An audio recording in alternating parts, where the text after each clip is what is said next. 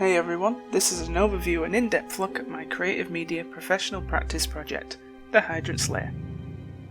The Hydrant's Lair is an ambitious project set to deliver a playable narrative-driven environment which will be developed within the Unreal Engine. The project will focus on new and existing lore within the Sea of Thieves world. The environment will be themed around a cavern boss arena with the plot surrounding a new enemy type, the Hydrant, or in other words, the Sea Serpent. My goal for this project is to create an all-rounded and well-presented portfolio piece.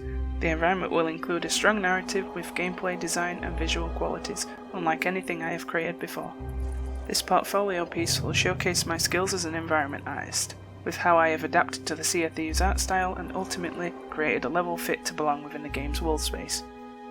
As an inspiring environment artist, I have picked up some techniques along the way. Some aspects of development work better than others, however, I also have a lot to learn. I have considered what has always been missing within my workflow or what I needed to push my environments to the next level. This is the reasoning behind wanting to push a narrative while engaging the viewer through immersion and interaction.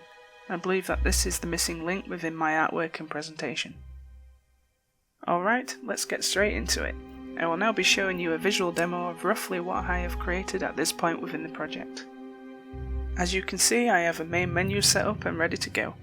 As this is a playable demo, I have pushed my knowledge beyond environment art in order to replicate the experience Lair have created.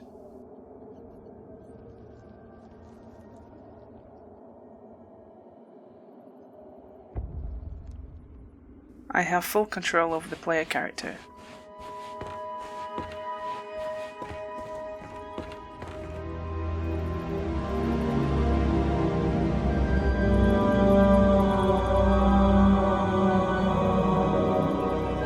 Much like the original game, I wanted to introduce my level with a banner sequence. This is the equipment wheel. I only have one item in here due to the exploration, which is indeed a lantern. I felt this would be a good idea so that the player has access to a light source of their own.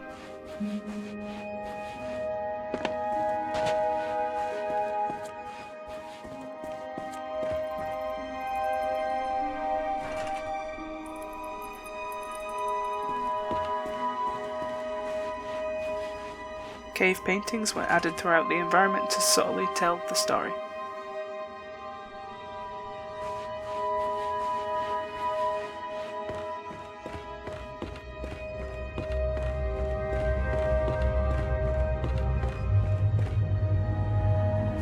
In the game, books are placed around the world for lore. It's only fitting that I do the same here.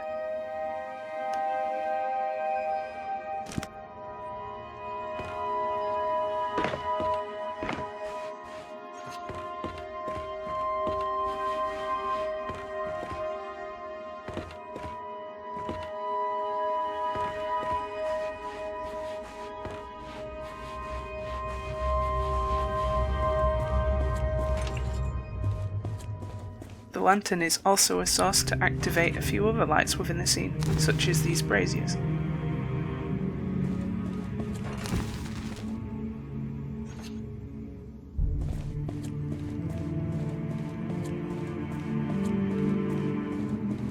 This is the main focal point of the scene. I hope that the player will feel a sense of adventure and want to explore.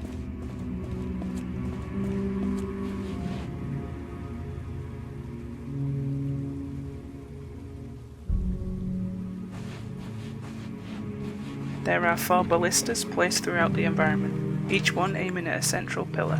These will be used to fire at the hydrant during the boss battle. The boss will wrap around the pillars in sequence. Players will fight waves of skeletons until a captain spawns. The captain will carry a spear, which will be used to load each ballista and fire at the hydrant. Once the hydrant has been hit with the spear, it will crush the pillar and cause a change within the environment. Rocks and stalagmites will fall from above and cause it to retreat. Upon reaching the next phase, the hydrant will once again emerge. Rinse and repeat until all 4 of the pillars have collapsed, therefore defeating the hydrant.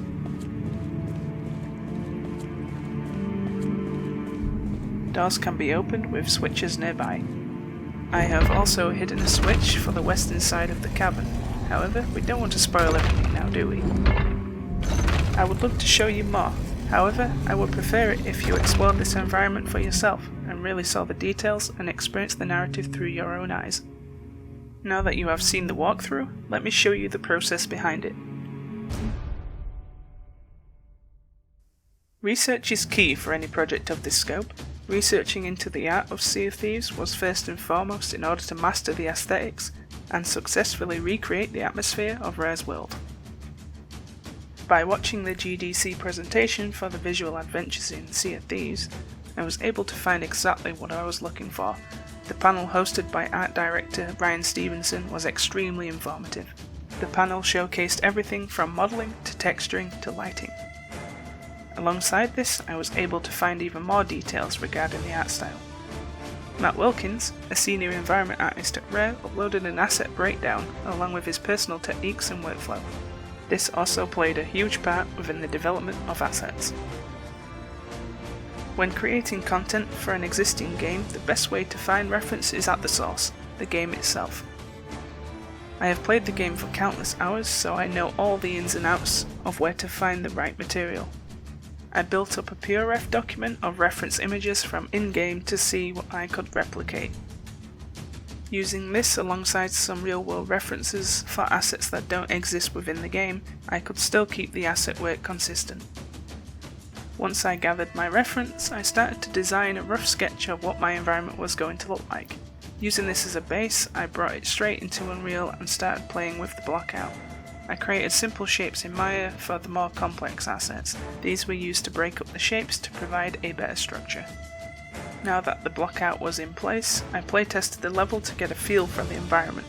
The environment went through a lot of iterations before I was set on a design I liked. Taking it to the next step, it was time to create assets starting from large structural details and working my way down to smaller clutter and filler assets. Depending on the type of asset, I would sometimes create a modular kit such as this stone set. This set would be within the same UV space, however it would be used over and over to create multiple assets. I would start by creating a high poly base mesh within Autodesk Maya. This would be exported into ZBrush for sculpting and refinement. Using the orb brush pack recommended by Matt Wilkins, I was easily able to replicate the harsh surfaces within the sculpt. Once I am happy with the results, I would decimate the high poly for performance when referencing and baking. The high poly would be exported back into Maya for low poly creation using the quad draw tool. I would then apply this method to the remaining set. Now that I have the low poly models created, I would create a UV set featuring all of the assets. The assets will then be named according to their high poly counterparts. This is important for my next step, the baking process. I will export the high and low poly assets into Marmoset Toolbag for normal map baking. Once I have baked the normals, I will export all of the low poly assets into Substance Painter for texturing. Due to the hand-painted brushstrokes used within the art style, I created a Substance Designer material. This material is a seamless material that can be procedurally changed via parameters within Substance Painter. With this material, I could replicate and apply any surface detail with ease effectively. Using this to my advantage, I can set up my own smart materials within Painter for consistency with similar surface types. Additional details are then painted over the top for more variation within the textures. Alongside this, I would also use the stylized baked lighting filter for carroty edgeware. I exported my textures using a custom export preset. This preset contains a merged texture consisting of metallic, roughness, and ambient occlusion within the individual channels. I do this to optimize the texture usage within my workflow. From here, I created a set of master materials within Unreal Engine. These are set up to be shared instances across all assets. The reason being is so that I will be able to adjust the parameters within each material while viewing the adjustments in real time. This also helps with keeping the materials clean and consistent. Once the materials have been applied, the asset will be ready for placement within the world space. I have also created life within the environment, such as bats and particle systems. The workflow remains the same apart from the bats have been rigged and animated within Maya. The bats will loop along a curve. When placed together at different rotations and timings, the bats will have variety between them. As for the particle systems, I have tried to replicate as many of the effects seen within the original game. This torchlight is an example of one of the light sources found within the game. I created a sprite sheet while using the in-game fire as a reference point. This turned out to be effective, although the result still feels a little jittery. To fix this, I would add more frames to flip through while the particle is in motion.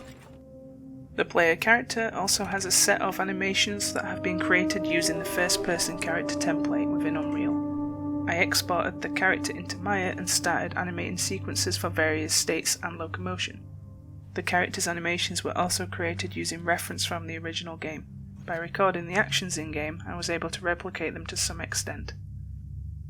Here is a roadmap of what I will be creating over the next few weeks. To start off with, I have a few more clutter assets to add throughout the scene. These would be a set of crates, bottles, pots, a gunpowder barrel, and some sea life such as seaweed and lichen. Next, I will be working on some more narrative interactables. These will be placed around the environment to piece together lore I have written. After the lore, I will finish with the world space by polishing some previous assets. These need some extra work on the meshes and textures. Due to the way I set up the project structure, I can easily re-import the changes directly from the asset source folder. Finally, to end the story, as a stretch goal, I would like to create the hydrant and have a cutscene to trigger it at the end of the walkthrough. The hydrant would rise out of the water and screech at the player, then the scene will cut to black with a final showcase of the title. And that's it. Thanks for watching. I hope you enjoyed watching my overview and in-depth look into my creative media professional practice project.